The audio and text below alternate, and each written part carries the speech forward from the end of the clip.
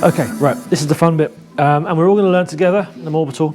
We can refine down our cutting to a polishing stage with a softer foam pad. The gentleman here was correct by saying the rotary is responsible for creating holograms. And now what you're seeing in that center where the pad was, hope you can all see, is that white reflection emanating from the center, spinning around. Whereas we like, go ahead. So we've still got the haze. We haven't got the holograms anymore, just the haze, the even haze, okay? Which we know we can fix very easily.